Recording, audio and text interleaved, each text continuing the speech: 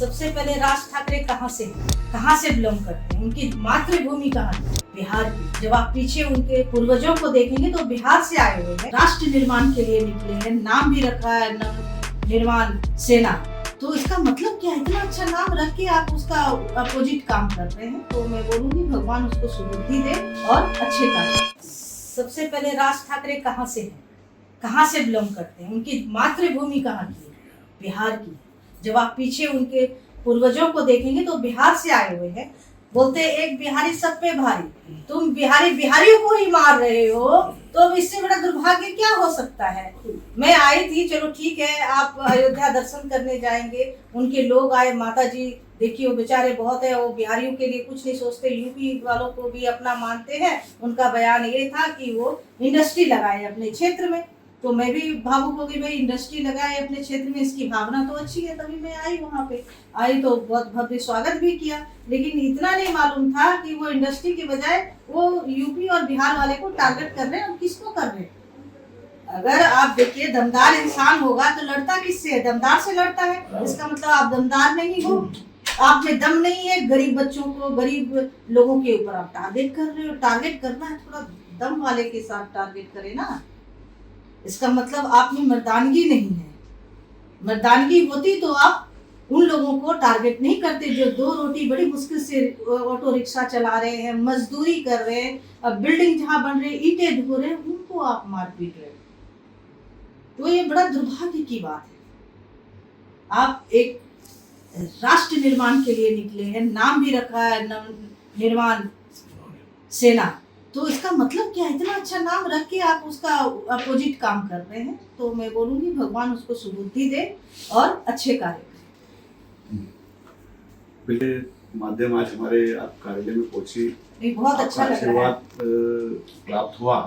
पांडे जी हमेशा आपके बारे में कहते थे, हमने आपको टेलीविजन वगैरह में देखा। उन्होंने कहा कि आप मुंबई आए और आज को वाहतुकगढ़, ये महाराष्ट्र का सबसे बड़ा कार्यालय है वाहतुक संगठन का, उसमें आप कार्यालय में पहुंची और एक माँ का आशीर्वाद मिला। ये बहुत बड़ी बात। मैं हमेशा कहता हूँ, आदि आई बाबा नंतर साई बाबा।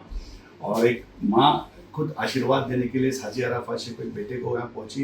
मेरा तहे दिल से मैं आपका शुक्रिया अदा करता हूँ। आपकी दुआएं हमारे साथ चाहिए और हमने जल्दी मंत्री बने, ये आशीर्वाद है। और आपको मैं इतना ही कहूँगा कि जो फिक्र आपने उत्तर प्रदेश के लोगों के लिए दिखाई कि उत्तर प्रदेश के लोगों को यहाँ मारा जाएगा, पीटा जाएगा, वो वापस अपने वहाँ रिक्शा वाले, टैक्सी वाले मुंबई छोड़ के जाएंगे, ऐसा कुछ नहीं होगा। महाराष्ट्र की सरकार मजबूत है, महाराष्ट्र के मुख्यमंत्री देवेंद्र जी बहुत मजबूत है, अपनी सरकार, महाराष्ट्र की पुलिस, मुंबई की पुलिस एकदम सक्षम है। और ट्रांसपोर्ट मंत्री ने इतना अच्छा फैसला दिया, हमने जाके बात की कि अचानक में ऐसी कोई भी जीआर ना निकाले जिस जीआर की वजह से दिक्कत हो जाएगी। तो उन्होंने हमारी बात को माना।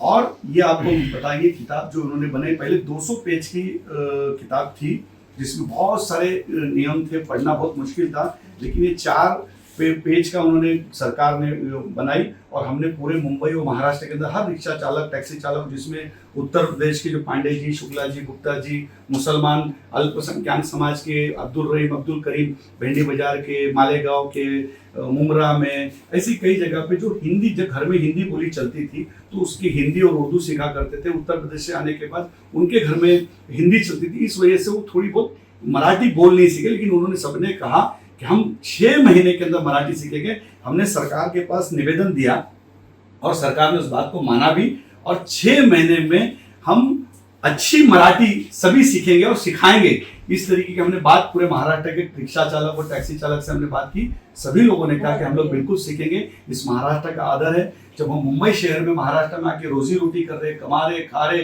अपने बाल बच्चों को पाल पोस के इतना बड़ा कर रहे, 100% हम लोग मराठी सीखेंगे, ये वादा किया। इसलिए हमने वहां शुरुआत की है कि हमने जब बातें कि मैं हर सभा के अंदर करता हूँ, मी मराठी आमचा स्वाभिमान, महाराष्ट्र आमचा जन्म झाला, हाच आमची अभिमान। अभी मैंने आपको कविता बोला कि गाड़ी में भी आते आते सुन रहा था कि लाभ ले अमास भाग्य बोलो तो मराठी, झालोच खरेच धन ऐक तो मराठी, धर्म पंथ जात एक जाण तो मराठी।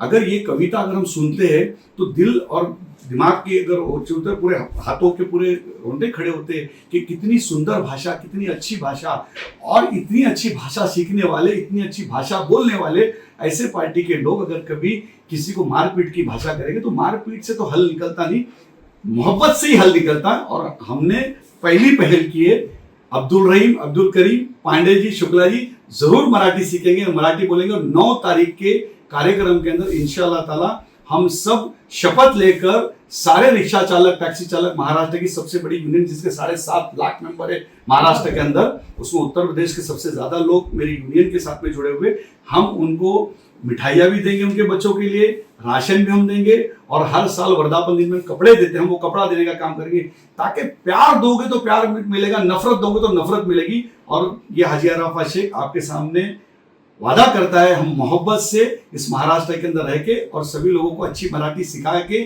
और सीख के जरूर आगे बढ़ेंगे। आपका आशीर्वाद हमेशा चाहिए। आपने जब जब जिस पे सर के ऊपर हाथ रखा है वो बड़ा ही बड़ा है, और मुझे यकीन है कि आपका आना यानी 100% सभी लोगों को आशीर्वाद बड़े पैमाने में मिलेगा। आप भी मोहब्बत की दुकान चलाएंगे, आप भी मोहब्बत की दुकान चलाएंगे।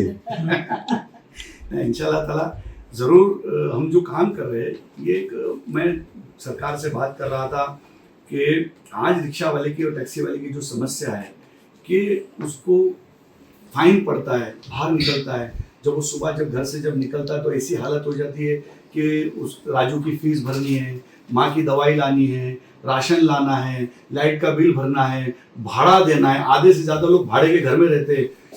इतनी हालत रहती कि चूल्हा जब तक के रिक्शा वाला सुबह घर से जाएगा, टैक्सी वाला जब वो रिटर्न आने तक के उसका घर का चूल्हा नहीं जलता, और लोग फाइन मार देते या कांच फोड़ देते या डर का माहौल। तो डर के माहौल में क्या काम कर पाएगा, जबकि मुंबई शहर को अगर जो कोई चला रहा है वो रिक्शा और टैक्सी वाला चला रहा है। मुंबई की पहचान रिक्शा टैक्सी है। कोई भी पर्यटक मुंबई में जब उतरता है, रेलवे स्टेशन होने दो, एयरपोर्ट हो, तो रिक्शा वाला करता है। यूपी और बिहार अगर ये मुंबई खाली कर दे, सारे इंडस्ट्री ठप पड़ जाएगी। बिल्कुल।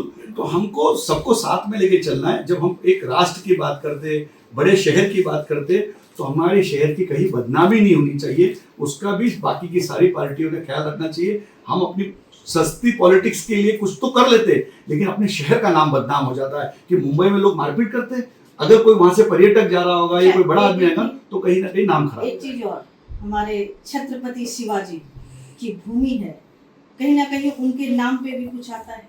बिल्कुल। जब छत्रपति शिवाजी सबको एक छत के नीचे रखने वाले थे, और उन्हीं के भूमि में जब बिहार के और यूपी के लोगों को प्रताड़ित की जाती तो उनको भी ऊपर बहुत ठेस पहुंचती है। बिल्कुल। Thank you. बिल्कुल, हमारे ऐसे लोग हैं, उनको पूरा प्रोटेक्शन, सुरक्षा देने के लिए। हाँ, आइए आपका भी परिचय करते हैं राहुल भाई।